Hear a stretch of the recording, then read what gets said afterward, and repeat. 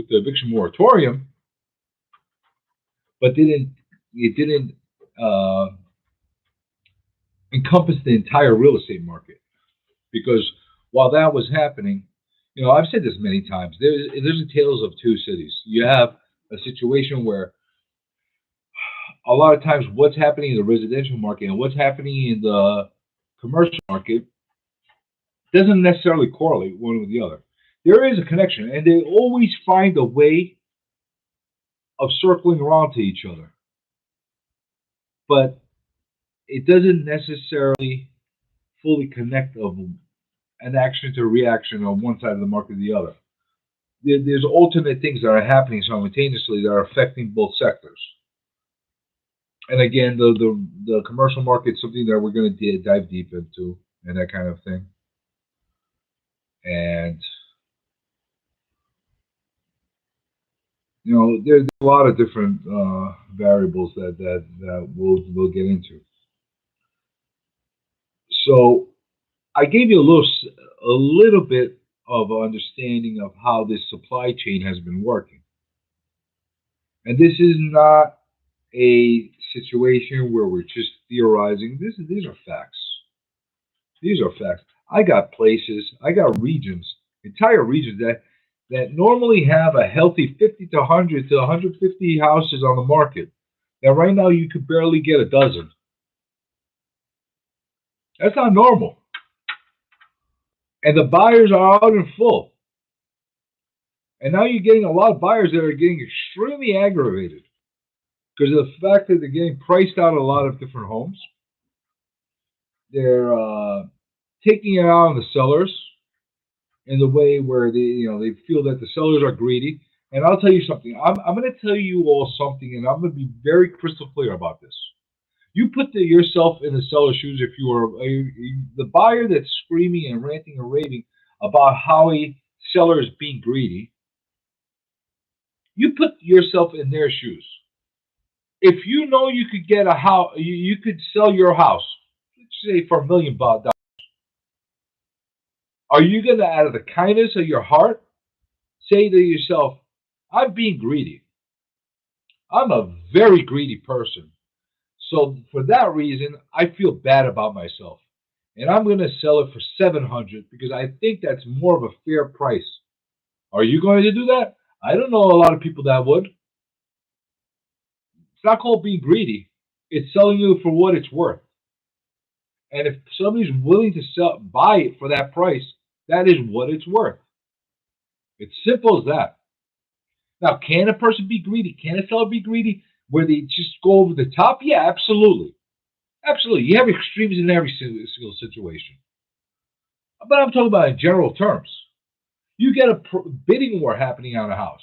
You get a house that's starting off at $500,000, and all of a sudden, this house is getting into a bidding war that's bringing it to $600,000-$700,000. You think that's outrageous? It is not outrageous, and this actually does happen, where it's selling well above market value. Why? Because there's a rabid appetite to purchase this place, and people are willing to pay a little bit more to get it. Are you going to fault the seller, for taking the best, highest price, most qualified offer? If you are, then you're either a liar, you're lying to yourself, or you're delusional. I understand you're frustrated with the situation, but this is the market. This is the market. Is it a natural market of how this occurred? No. This is all artificial happening, all correlating and beginning through the lockdowns and the quarantines and the shutdowns during this whole pandemic situation we have.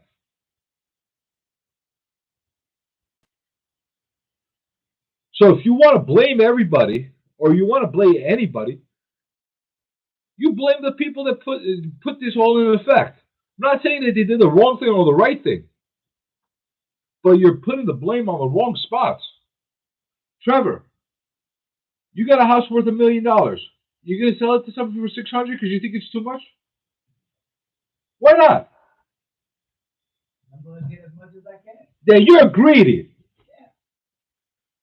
That's the point I'm trying to make. Like people are getting really upset about these things, and I understand them. You're frustrated. You want to buy a house, and you keep getting priced out of it. You're losing a house for $5,000, $10,000 a lot of times. Sometimes for $1,000. I get it, but this is the market that you're dealing with. It's not like any other human being wouldn't do the same thing. You have to be a real saint. You have to be a real saint to actually go through and sell something grossly under what it's worth. I don't know that many saints. No, that's impossible. No, I really don't know.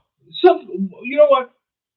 Once in a blue moon, you might get a situation where you have like a neighbor, old person, maybe a woman, maybe a man. They're old. They don't have any kids. The neighbors took care of them all their lives. They were really nice to them. They might turn around and say, "Listen, I'm retiring. I'm going to a retirement home. You were always good to me.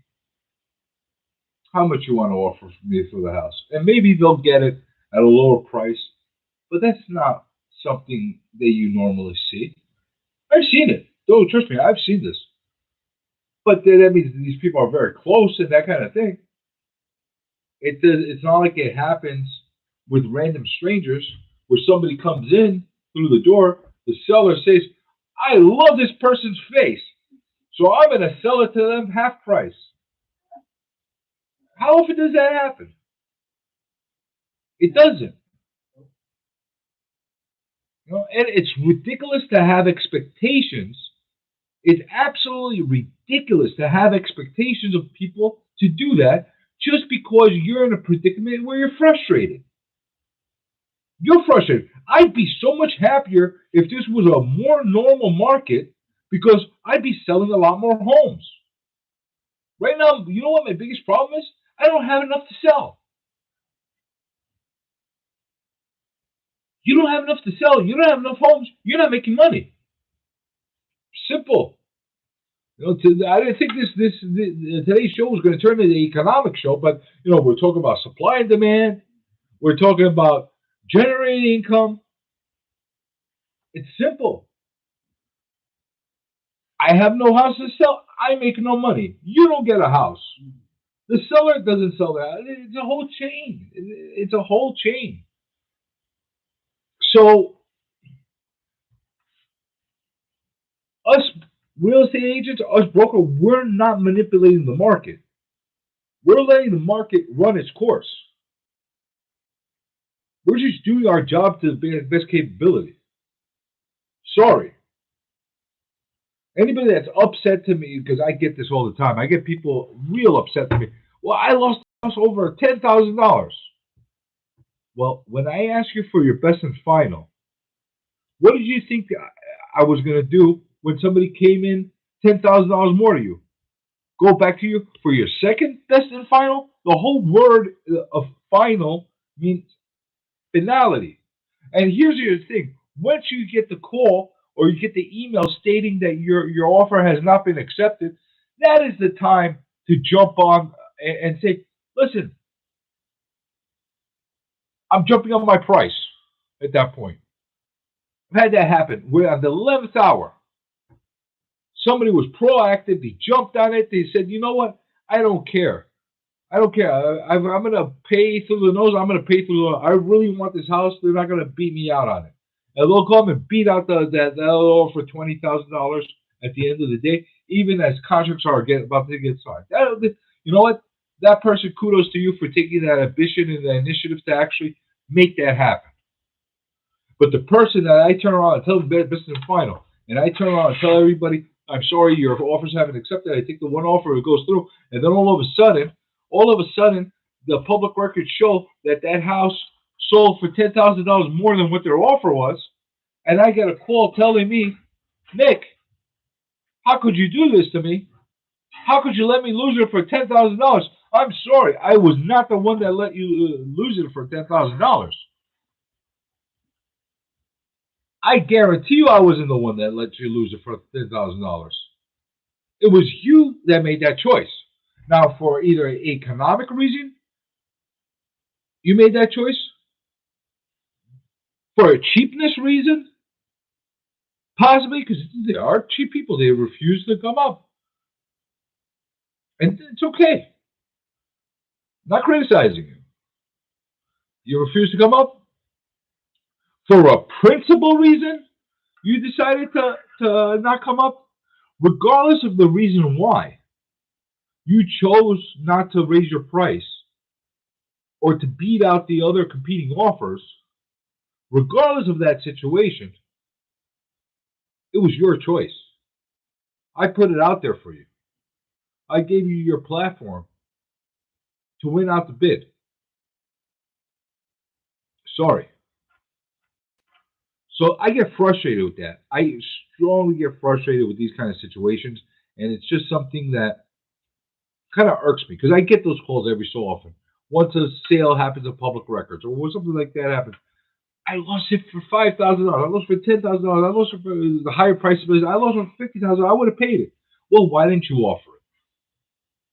Why didn't you offer it?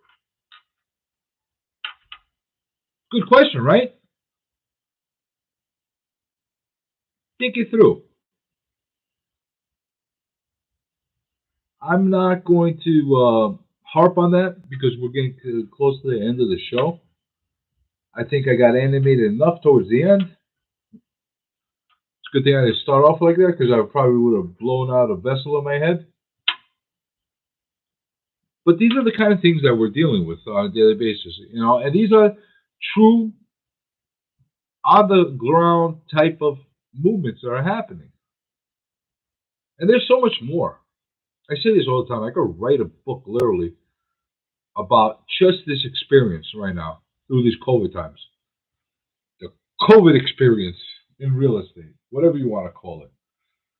There you go. Anybody listening to the radio show, go to run with that idea or write it before me because I assure you I don't got the time to write a book right now. So you want to write it, go ahead. And you could take all the credit for it when you do it. But that being said, it's going to be a really interesting year. 2022 is going to be a lot of ups and downs. It's going to be a roller coaster. We're going to have some really great shows coming up. You're going to see, you're going to hear, and you're going to meet some really interesting characters come onto the show. And I'm really looking forward to it. As always, you'll have Trevor here with me. He's the man that holds everything together. Without him, there would be no show. But that being said, he's playing me off because the guy right behind me is about to call up and say, he's eating up my time. He's eating up my time.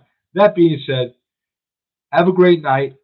Make lots of money in real estate. I'll be with you again next week, as every week, Monday, 6 to 7 p.m. on the Real Estate Plate.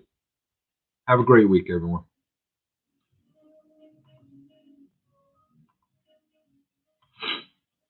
This is WGB.